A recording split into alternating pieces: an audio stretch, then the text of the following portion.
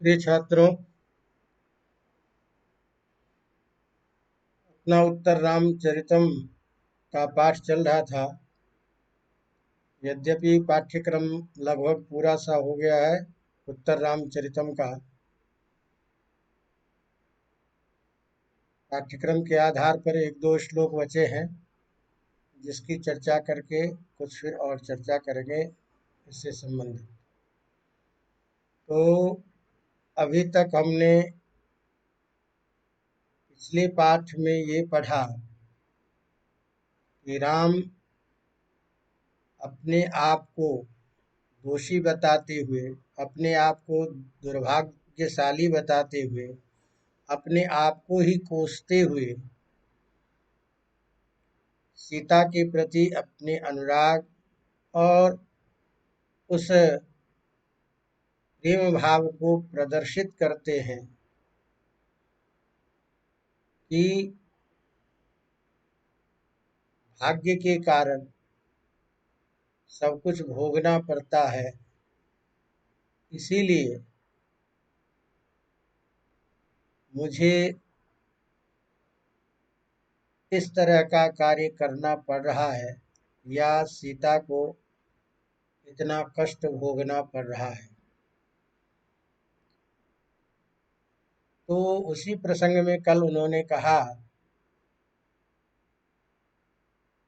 आपने देखा कि कहते हैं शैशवात् प्रभृति पोषिताम प्रियाम सौहृदात् अपृथगाश्रयाम इमाम छद्मना परिददामि मृत्यवे सौनिको गृहशकुंतकामिव। मैं ऐसा नृशंस और कठोर हो चुका हूँ, ऐसा क्रूर बन चुका हूँ, जो अत्यंत स्नेह प्रेम से पालित अपनी सीता को सीधे मृत्यु के मुंह में डाल रहा हूँ। जैसे कोई मांसभक्षी, मांस बेचने वाला, मांस विक्रयी अपने घर में पशु पक्षी को बड़े स्नेह से पाल करके, पोष करके और फिर उसे मृत्यु के मुंह में दे देता है, मृत्यु के मुंह के लिए छोड़ देता है, ऐसा मैं नृशंस और क्रूर बन चुका हूँ। तो सीता के प्रति जो अनन्य भक्ति है, लेकिन इक्ष्वाकु कुल के राजवंश की जो मर्यादा है और भाग्य का जो भोग्य कर्म है, इन तीनों के साथ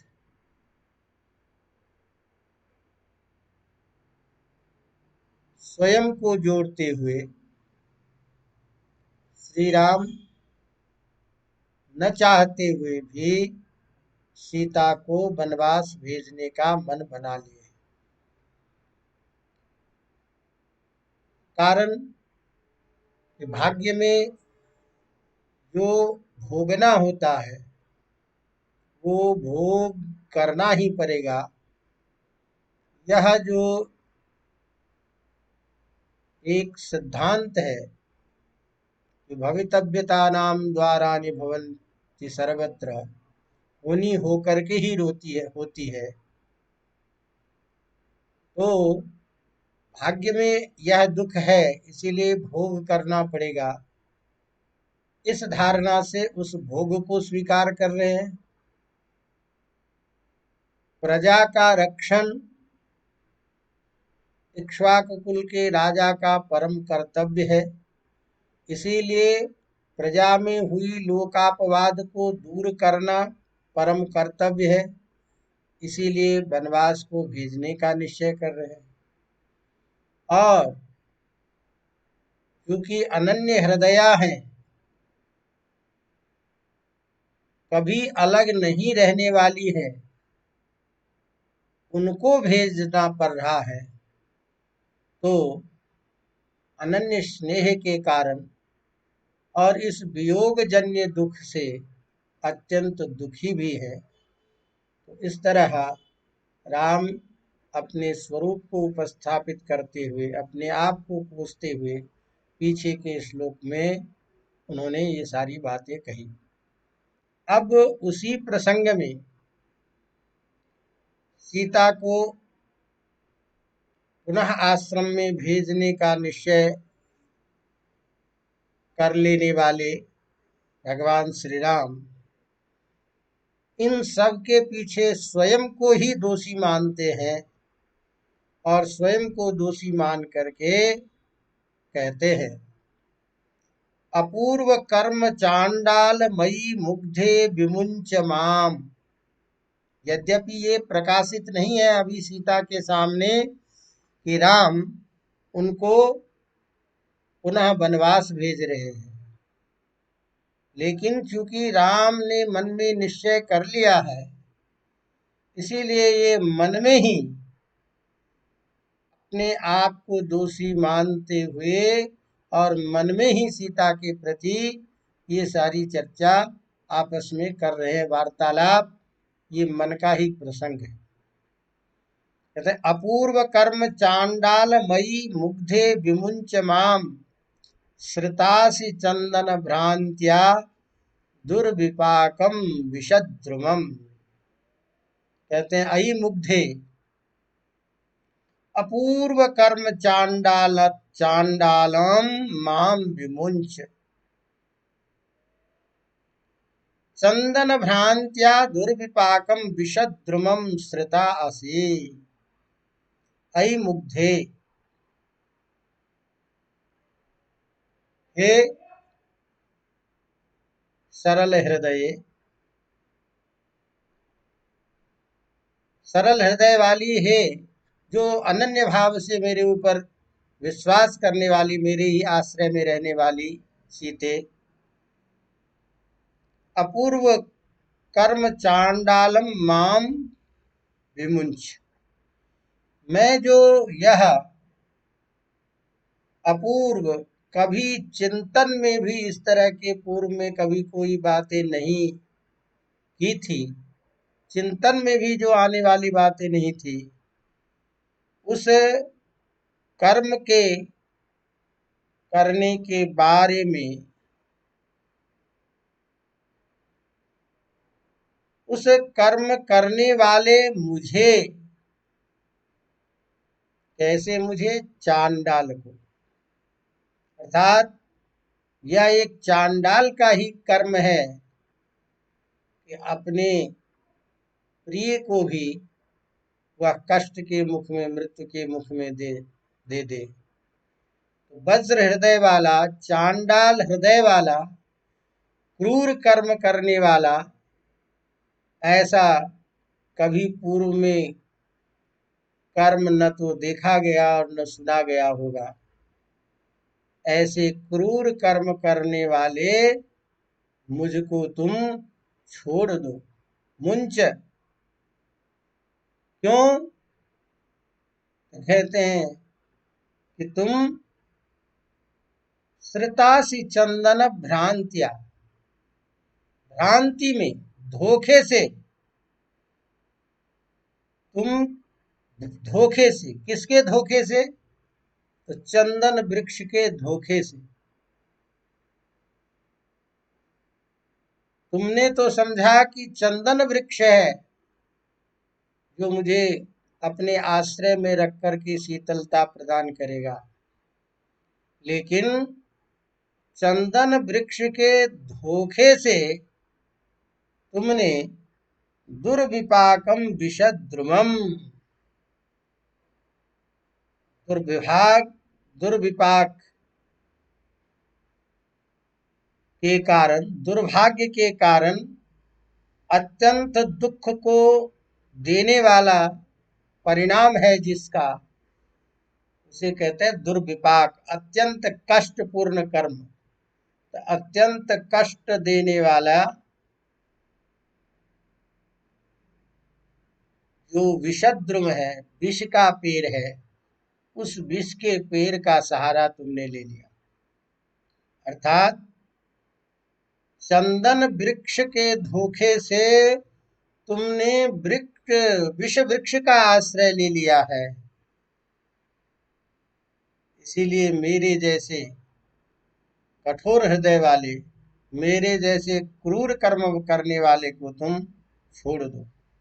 उसी कहते हैं कि अई हे सीते, हे सरल हृदय, मुग्धे सरल हृदय, अपूर्वे न, कभी भी जो सुनाई नहीं दिया गया, कभी न सुना गया हो, न देखा गया हो। अपूर्वेन अश्रुत पूर्वेन कर्मणा, कौन सा कर्म? सती त्याग रूपेण, अपनी पतिव्रता स्त्री का त्याग करने वाले मुझ चांडाल को, चंडाल के समान मुझको, माम, मुझको, अर्थात मेरा जो स्पर्श तुम की हो, उस स्पर्श को, गात्र स्पर्श को तुम छोड़ दो, परिहर। क्योंकि चंदन भ्रांत्या, चंदन वृक्ष के भ्रम से, दुर्विपाकम, अत्यंत दुख को देने वाला जो विषद्रुम है, विष वृक्ष है, उसका तुम सहारा ले रही हो। तो राम सीता को वनवास भेजने का जो निश्चय कर चुके हैं, उन दुखों से दुखी होकर के और विश्राम करती हुई जो सीता उनके गले में अपनी भुजाएं डाल करके आराम कर रही है, उस सीता के प्रति ये बातें कह रहे हैं कि तुम जिसका सहारा ली हो, वो सहारा चंदन वृक्ष नहीं है, विष वृक्ष का तुमने सहारा ले लिया है। मेरे कठोर हृदय वाले, इस क्रूर कर्म करने वाले राम को तुम छोड़ दो। इस प्रकार इस श्लोक में श्री राम अपने आप को ही दोषी बताते हुए, दोषी स्वीकार करते हुए, सीता के प्रति जो अनन्य प्रेम है और इसके बावजूद भी जो सीता के विषय में मन में निश्चय किया है वनवास भेजने का, उससे खेद प्रकट करते हैं और निरपराधिनी जो सीता है उनको यह आश्वस्त करते हैं, यह सभी कर्म, क्रूर कर्म करने वाले मेरे जैसा अन्य कोई हो नहीं सकता, ऐसे मुझ कठोर हृदय वाले को तुम छोड़ दो। उसमें उपमा के रूप में स्वयं को उपस्थापित करते हैं विष वृक्ष के रूप में, कि जैसे कोई भ्रम से लता जो है चंदन वृक्ष में के सहारे बढ़ती चली जाती है और शीतलता प्रवाह, लेकिन यदि कोई विष का वृक्ष में लता उस विष वृक्ष का आश्रय लेकर के बढ़ने लगती है, तो वो लता धीरे धीरे सूख जाती है। तो तुमने धोखे से, चंदन वृक्ष के आश्रय के धोखे से विष वृक्ष का सहारा ले लिया है, ऐसे तुम मुझे छोड़ दो। अवगतम। अब अंतिम श्लोक में, और यह इस सर्ग का भी प्राय अंतिम श्लोक है, अब यहाँ दुखों की उत्कट माने अति तीव्र जो संवेग है, दुखों का जो ज्वाला है, वह राम को बिल्कुल शून्य, चैतन्य शून्य बना दिया है। और राम कह रहे हैं कि केवल मेरा प्राण छूट नहीं रहा है, बाकी और शरीर की सारी संवेदनाएं समाप्त हो चुकी हैं। इस तरह से स्वयं में अत्यंत कष्ट का अनुभव करते हुए कहते हैं दुख संवेदनायैव रामे चैतन्यमाहितम् मर्मोपघातभिः प्राणैः वज्रकीलायितं हृदि। ये सूक्ति है नीचे। मर्मोपघातभिः प्राणैः वज्रकीलायितं हृदि।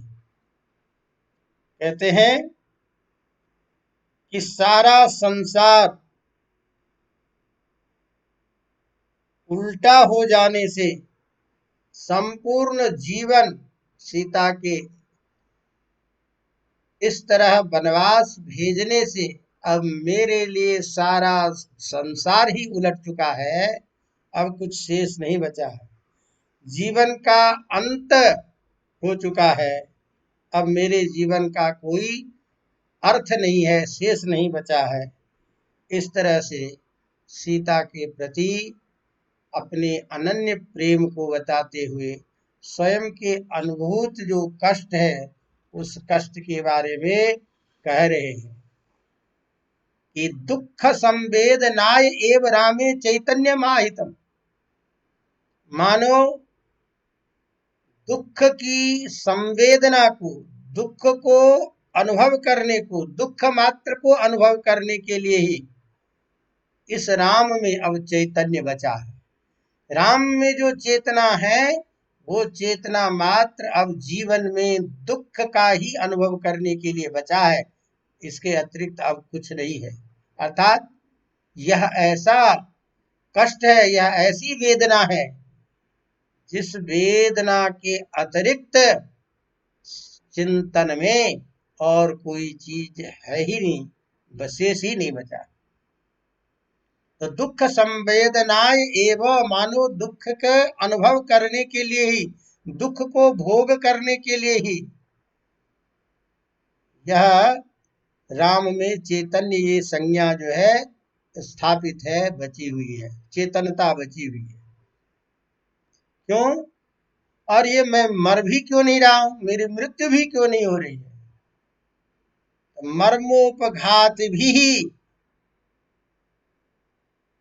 मानो मेरे मर्म ने अंतस्थल को, हृदय को विदीर्ण करने वाला, हृदय को छिन्न भिन्न करने वाले, हृदय को आहत करने वाले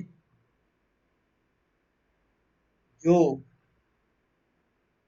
प्रहार है,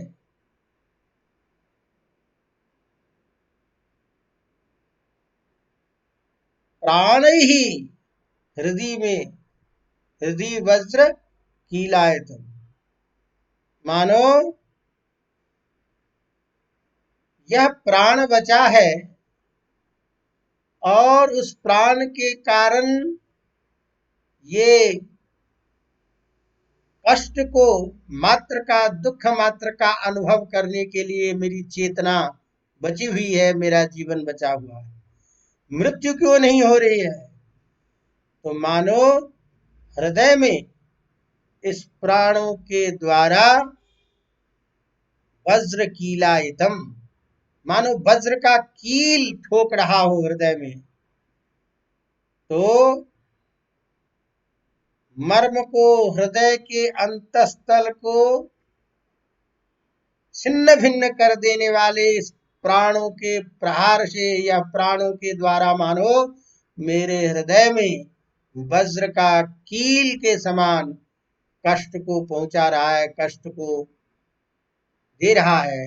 अर्थात यह प्राण भी मेरे उस हृदय को विदीर्ण कर रहा है और वही वज्र कीलायित की तरह, वज्र कील की तरह ये फंसा हुआ मेरा जीवन केवल दुख भोगने मात्र के लिए रह गया है। अब मेरे जीवन में कोई शेष नहीं बचा। राम इसी प्रसंग में उठकर खेद प्रकट करते हैं और कहते हैं कि अब सारा संसार ही मेरे लिए बदल गया। आज राम के जीवन के प्रयोजन का अंत हो गया। अब यह संसार सुख शुष्क वन और सारहीन हो चुका है, शरीर कष्ट रूप में है, मैं निराश्रय हूँ, क्या करूँ, क्या उपाय है? ये सब इस श्लोक के पूर्व गद्य के द्वारा अपनी बातों को, अपने कष्ट का अनुभव बताते हुए, कहते हुए इस श्लोक के रूप में कह रहे हैं कि दुख के अनुभव भोग करने के लिए ही अब राम में चेतना बची है। मेरे हृदय में प्रहार करने वाले प्राणों के द्वारा जैसे मानो वज्र का कील गाड़ा जा रहा हो, वज्र का कील ठोका जा रहा हो, उस तरह से हृदय को छिन्न भिन्न कर रहा है। हृदय में अत्यंत कष्ट का अनुभव हो रहा है। संस्कृत व्याख्या: दुख संवेदनाय तथा दुखानुभूत रामे हतभाग्ये मयि चैतन्यम संज्ञाम चेतनाम आहितम स्थापितम वर्तते प्रतिष्ठापितम विधात्रा। मानो विधाता ने मेरे शरीर में इस जीवन में दुख का अनुभव करने के लिए ही चेतना को बचाए रखा है, प्रतिष्ठापित किया है। और उस पर प्रहार करने वाला जो यह प्राण है, जो शेष बचा है, प्राण समाप्त, मृत्यु हो जाती, संपूर्ण कष्ट समाप्त हो जाता। लेकिन क्योंकि इस प्राण के कारण हृदय में वह अनुभव लगातार हो रहा है, तो जैसे मानो इस प्राण के द्वारा हमारे हृदय में वज्र के कील को ठोक रहा है, वज्र के कील के समान कष्ट को दे रहा है। इत्थम प्राणैः वज्रकीलवत् सद्धतया स्थिरीभूयते, अर्थात मरणमपि दुर्लभम, मृत्यु भी नहीं आ रही है। और मानो मृत्यु इसलिए नहीं आ रही है कि मुझे इस तरह के दुखों को भोग करने के लिए ही जीवन शेष रह गया है। संपूर्णम जीवनम शून्यम तस्मात् अत्यधिकम दुखम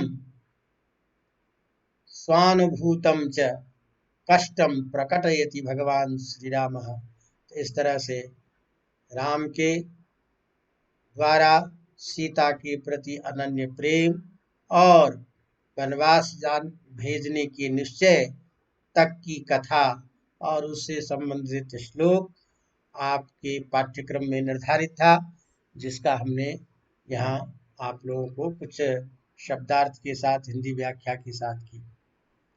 और ये तो इस तरह से इसलिए की क्योंकि विस्तार से आपको विषय वस्तु समझ में आ जाएगा, तो आप उस दृष्टि से प्रत्येक श्लोक के उस भाव को अपनी भाषा में पकड़िए, अपनी भाषा में कहने का प्रयास कीजिए, अपने शब्दों में उसे वाक्यावली बनाइए और फिर उस दृष्टि से श्लोक के मूल तत्व को लिखने का प्रयास कीजिए।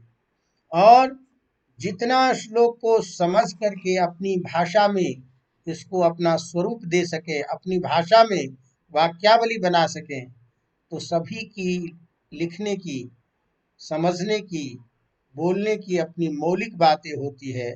और स्वतः स्फूर्त जो मौलिकता है वह किसी भी वस्तु को प्रकट करने में अत्यंत सहज होता है। और उस सहज रूप में जो अभिव्यक्त आपके कथन है, लेखन है, वो प्रभावी बनता है। इसीलिए विषय वस्तु का समझना पहले बहुत जरूरी है। अवगतम। तो अब आपने इन सभी श्लोकों को विस्तार पूर्वक देखा, लेकिन इसी विस्तार पूर्वक आप लोग एक दो बार सुने पहले ढंग से, और उसमें जितना भी ग्राह्य चीज है उसको लेकर के और अपनी शब्दावली में इसका प्रयोग करेंगे। अवगतम। अब इस प्रथम श्लोक, प्रथम अंक के इन श्लोकों में जो कुछ महत्वपूर्ण जो चीजें हैं, जो आपको विशेष रूप से ध्यान रखने की है, जैसे जैसे वैसे वैसे तो मैंने बीच में आपको बताता ही रहा कि ये महत्वपूर्ण है, ये महत्वपूर्ण है, ये सूक्ति वाक्य है, उसको आप देखिए।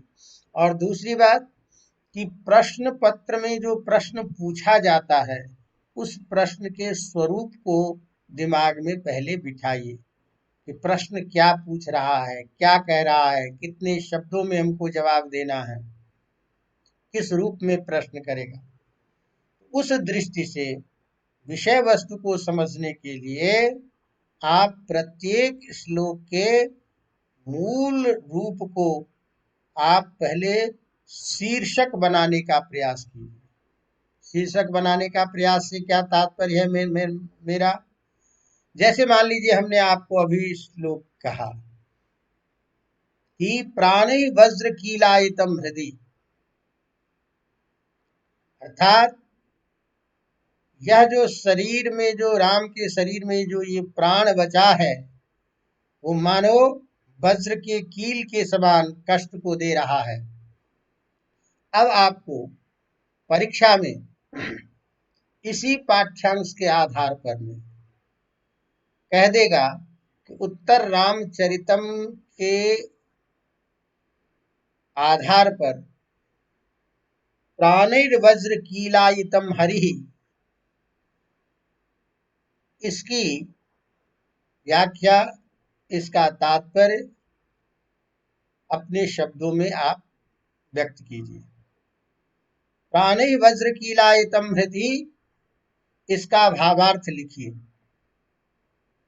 तो भावार्थ में आपको ये किस प्रसंग में कहा गया है और इससे राम के कितने जो तीव्र जो कष्ट है उसको व्यक्त किया गया है, इसको अपने शब्दों में लिखना है।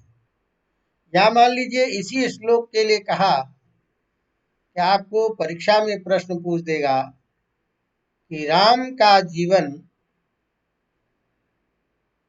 केवल दुखों के अनुभव का जीवन है या दुखात्मक है, इस कथन को अपने शब्दों में, कुछ शब्दों में अभिव्यक्त कीजिए।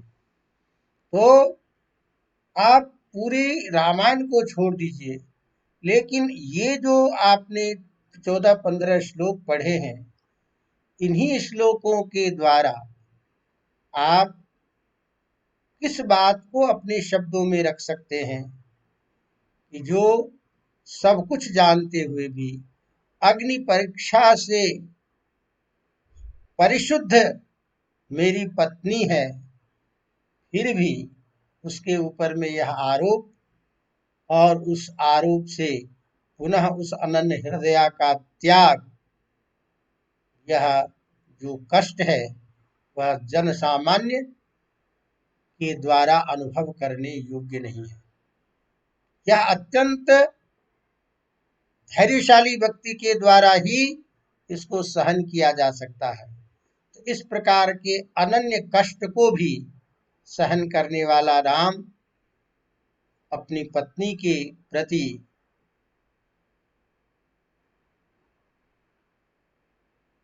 अनन्य स्नेह रखते हुए भी इनको वनवास के विषय में निश्चय करते हैं। तो वह जो कष्ट है, वह कष्ट बिल्कुल ही वस्तुतः अनिर्वचनीय कष्ट होता है।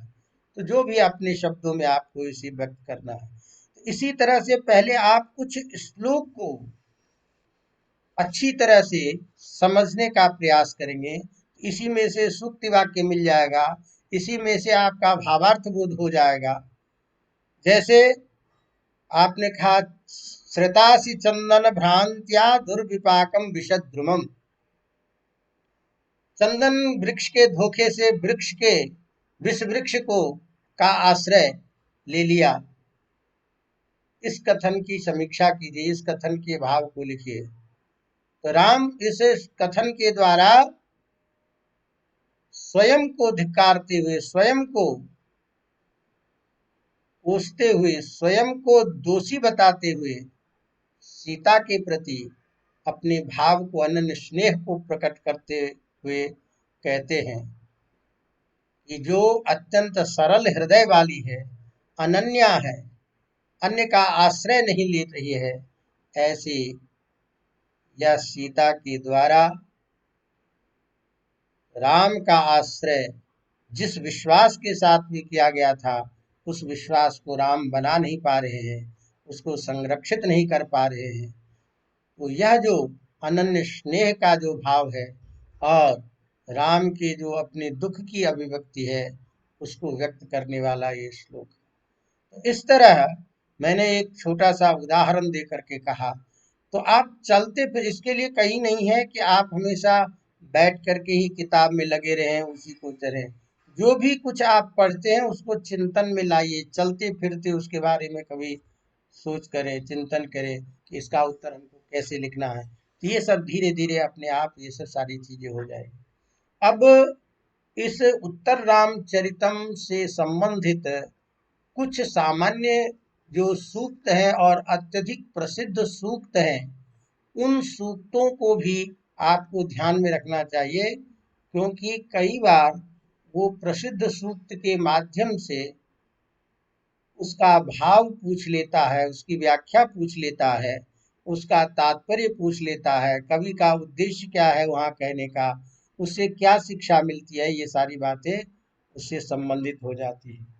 तो जैसे यद्यपि ये अपने इसमें नहीं है इस प्रथम अंक में, लेकिन जो आपने अपने को अलग से भी उत्तर रामचरितम का सामान्य अध्ययन है, उन सभी प्रश्नों में भी, उन सभी पाठ्यक्रमों में भी ये सब काम आता है। इसीलिए ऐसे जो कुछ प्रसिद्ध सूक्तियां हैं उसको जरूर हमें ध्यान रखना चाहिए। जैसे उत्तर रामचरितम के सूक्तियों में अत्यंत प्रसिद्ध सूक्ति है राम के उस सीता के रावण के द्वारा हरण कर लिए जाने पर जो राम सीता के वियोग में भटक रहे हैं और विलाप करते हैं, उनके उन कष्ट को देख करके कहा गया है, कहा जाता है कि पत्थर भी उस राम के विलाप को सुन करके पिघल गया, वज्र का हृदय भी वज्र के समान कितना भी कठोर हृदय क्यों न हो, वह सब द्रवीभूत हो गया। तो उसको उपमान को दे करके कहते हैं अपिग्रावारुदिति दलयति च वज्र हृदय। पत्थर भी रोने लग गया राम के विलाप को सुन करके। वज्र के समान कठोर हृदय को भी विचलित कर देने वाला वह राम का। तो एक बहुत प्रसिद्ध सूक्ति वाक्य है अपिग्रावारुदित्यपि दलयति च वज्र हृदय। अवगतम। इसी तरह से किमस्यान प्रेयो यदि परमसह्यस्तु विरह, ये पढ़ाया ही था कि राम अपनी सीता के प्रशंसा में कहते हैं किमस्यान प्रेयो, सीता जी क्या प्रिय नहीं है, यदि परम असह्य, यदि कुछ भी ऐसा है जो सहन करने योग्य नहीं है, जो ठीक नहीं है, अच्छा नहीं है, वह है एकमात्र सीता जन्य विरह। सीता का विरह ही असह्य है, अप्रिय है। तदतिरिक्त सीता का कोई भी ऐसा न है कि प्रिय न हो। तो सीता के प्रति अनन्य भाव को व्यक्त करता हुआ यह वाक्य सीता के गुणों का, सीता के उत्कर्ष का, सीता के व्यक्तित्व का बोध कराने वाले सूक्ति। इसी तरह से बहुत प्रसिद्ध सूक्ति है गुणाः पूजा स्थानम गुणिषु न च लिंगम न च वयः। ये सामान्य प्रश्न के रूप में भी, सामान्य संस्कृत के छात्रों के लिए भी, सामान्य जन के लिए भी ये सूक्ति अधिकतर प्रयोग में लाए जाते हैं कि पूजा गुणों की पूजा होती है। गुणास्थान में, स्थान में गुणों का स्थान, गुणों की जो जगह है, गुणिषु गुण, किसी व्यक्ति में के पूजित होने का मूल कारण उसके गुण होते हैं।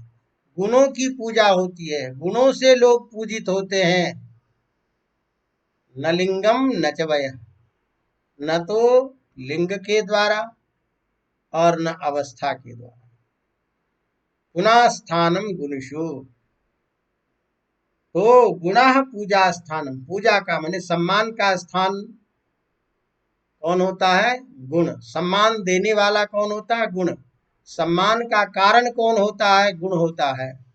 गुणों की पूजा होती है, गुणों के कारण लोगों को सम्मान मिलता है। ये नहीं कि ये किस कुल में है, किस गोत्र में है और किस लिंग का है, अवगतम, न तो किस अवस्था का है, तो न अवस्था सम्मान के प्रति कारण है, न लिंग अब सम्मान के प्रति कारण होता है, न जाति सम्मान के प्रति कारण होता है। सम्मान के प्रति कारण तो उनके गुण ही होते हैं। गुणों के द्वारा लोग पूजित होते हैं, अर्थात गुण ही सर्वम पदम निधीयते। गुणों के द्वारा ही व्यक्ति श्रेष्ठता को प्राप्त करता है, अवगतम। तो इस तरह से कुछ जो प्रसिद्ध श्लोक होते, ते ही नो दिवसागता, जब सुख का अनुभव करते हैं, कहते हैं वो दिन कहाँ, वो सारे दुख या सारे सुख के दिवस समाप्त हो जाते हैं, अर्थात किस क्षण आपको समय बदल जाएगा, किस समय किस परिस्थिति में आप विपरीत रूप में हो जाएंगे। इसीलिए इसका कोई, क्योंकि कालो ही दुरतिक्रमः, काल के आधार पर समय को बदलते देर नहीं लगता, परिस्थितियां बदलते देर नहीं लगती है। ऐसी स्थिति में व्यक्ति को चाहिए कि अपनी निश्चित धारणा के साथ, निश्चित लक्ष्य के साथ, उत्साह के साथ अपने संपादनीय किए जाने वाले कार्यों को करे। क्यों कि गया हुआ दिवस फिर लौट के नहीं आता है। ते ही नो दिवसागता, वो दिन गए, जो बीत गए वो गए। इसको इस रूप में कहिए या इस रूप में कहिए कि जो बीत गया वो पुनः दुर्लभ प्राप्त होने वाला नहीं होता। इसीलिए समय, स्थान, देश, परिस्थिति सबको ध्यान में रखते हुए जो आपका कर्तव्य कर्म होता है उसको दृढ़ता पूर्वक करते रहना चाहिए। इसी तरह से कहते प्रियानासे कृष्णम किल जगदरण्यम भवति, आपका प्रिय का नाश हो जाता है, प्रिय वस्तु का नाश हो जाता है। छोटी से छोटी प्रिय वस्तु यदि कोई चीज है तो उसके नाश होने पर, उसके खो जाने पर ही बहुत दुख होता है। तो जो आपका अनन्य हृदय है, जिसको आप अनन्य स्नेह करते हैं, जो आपका पुत्र, पुत्रादि, पत्नी, ऐसे अनन्य आपके हिस्से हैं, उनके नाश होने पर, उनके चले जाने पर कहते हैं जगद अरण्यम भवति, ये सारा का सारा संसार अरण्य हो जाता है, जंगल सा दिखने लग जाता है। अर्थात तद अतिरिक्त कहीं कुछ जीवन के लिए शेष नहीं रहता है। जो कि बातें भगवान श्री राम ने कहा कि केवल मात्र मेरे में जो चेतना बची है वो केवल मानो दुख का भोग करने मात्र के लिए ही बचे। इस तरह से वृद्धास्ते न विचारणीय चरिता, बूढ़े वो नहीं होते जिसके चरित्र विचारणीय हो, जिसके चरित्र के बारे में संदेह हो, जिसके कर्म के बारे में संदेह हो, अवस्था से लोग बूढ़े नहीं होते। वास्तव में वृद्ध वो होते हैं जिनके चरित्र के बारे में, जिनके नाम को सुन करके, जिनके चरित्र के विषय में कोई विचार विपरीत होता ही नहीं। तो जिसके चरित्र के बारे में कोई चर्चा न हो, जिसके चरित्र के बारे में चर्चा से तात्पर्य है संदेह अभिव्यक्त नहीं होता हो, जिनका चरित्र स्वच्छ हो, जो सभी के लिए सोचता हो, चिंतन करने वाला हो, तो वास्तव में वृद्ध वो है जो सबके लिए सोचते हैं, सहृदय होते हैं। बूढ़े वो नहीं होते जो अवस्था के कारण केवल बूढ़े मानवे। इसीलिए इसको दूसरे रूप में भी कहते हैं, नते न वृद्धा ये नास्यम पलितम शिरः सब युवाप्यधियान तम देवा सवितुम। बूढ़ा वो नहीं होता जिसके सिर के बाल सफेद हो जाते हैं। वास्तव में बूढ़ा तो वो होता जो युवा होकर के भी ज्ञानवान है। तो ज्ञानम वृद्धत्व कारण, बुढ़ापे का कारण ज्ञान माना जाता है। इसी तरह एक अत्यंत प्रसिद्ध सूक्ति है, साक्षात कृत धर्मानः ऋषय। ये ऋषि की परिभाषा आचार्य भरत ने दी है उत्तर रामचरितम में। साक्षात कृत धर्माणो, भरत ने भवभूति, साक्षात कृत धर्माणो ऋषय महर्षय। महर्षि उसे कहते हैं जो साक्षात्कृत धर्म वाले होते हैं, अर्थात जिन्होंने धर्म के साक्षात रूप को जीवन में उतारा है। ये उपदेश देने मात्र से नहीं, उपदेश कि स्वयं के जीवन में आचरण न हो और केवल दूसरों को उपदेश दें, ऐसा उपदेश प्रभावी नहीं होता है। जिसके जीवन में स्वयं उतरा हुआ जो चरित्र है, उस चरित्र का जब उपदेश देता है वही फलदायी होता है। तो साक्षात धर्म को दर्शन करने वाले, साक्षात धर्म का साक्षात करने वाले जो होते हैं, वही वास्तव में महर्षि कहलाते हैं। अवगतम। तो इस तरह से कुछ सूक्ति वाक्यों की हमने चर्चा की, कैसे अपने को अध्ययन करना है इसकी चर्चा की। तो इस तरह से यह हमारा जो द्वितीय पत्र था उसका अंतिम जो पाठ था वो आज संपन्न होता है। इसके अलावा अब हमारे प्रथम पत्र में कुछ सामान्य जो पाठ्य अंश रह गए हैं उसकी हम चर्चा करेंगे। उन किसी छात्रों का ये सब भी कहना था कि शिवराज्योदयम गुरुजी पहले पढ़ा दीजिए, तो अब हम कोशिश करेंगे कि अपना पाठ्यांश में जो है उसकी चर्चा करेंगे। फिर जैसे जैसे आता जाएगा क्रमिक अध्ययन सब करेंगे, और फिर इसके बाद एक परीक्षा के मूल मापदंड को ध्यान में रखते हुए विषय वस्तु को कैसे अपने को उपस्थापन करना है, एक एक चीज़ को लेते हुए थोड़ी उसके विषय में चर्चा करेंगे। तो उस तरह से आप सब इससे जुड़ते रहिए, औरों को जोड़िए, और जैसी भी स्थिति बनती है उसके साथ फिर हम आपके साथ चर्चा करेंगे।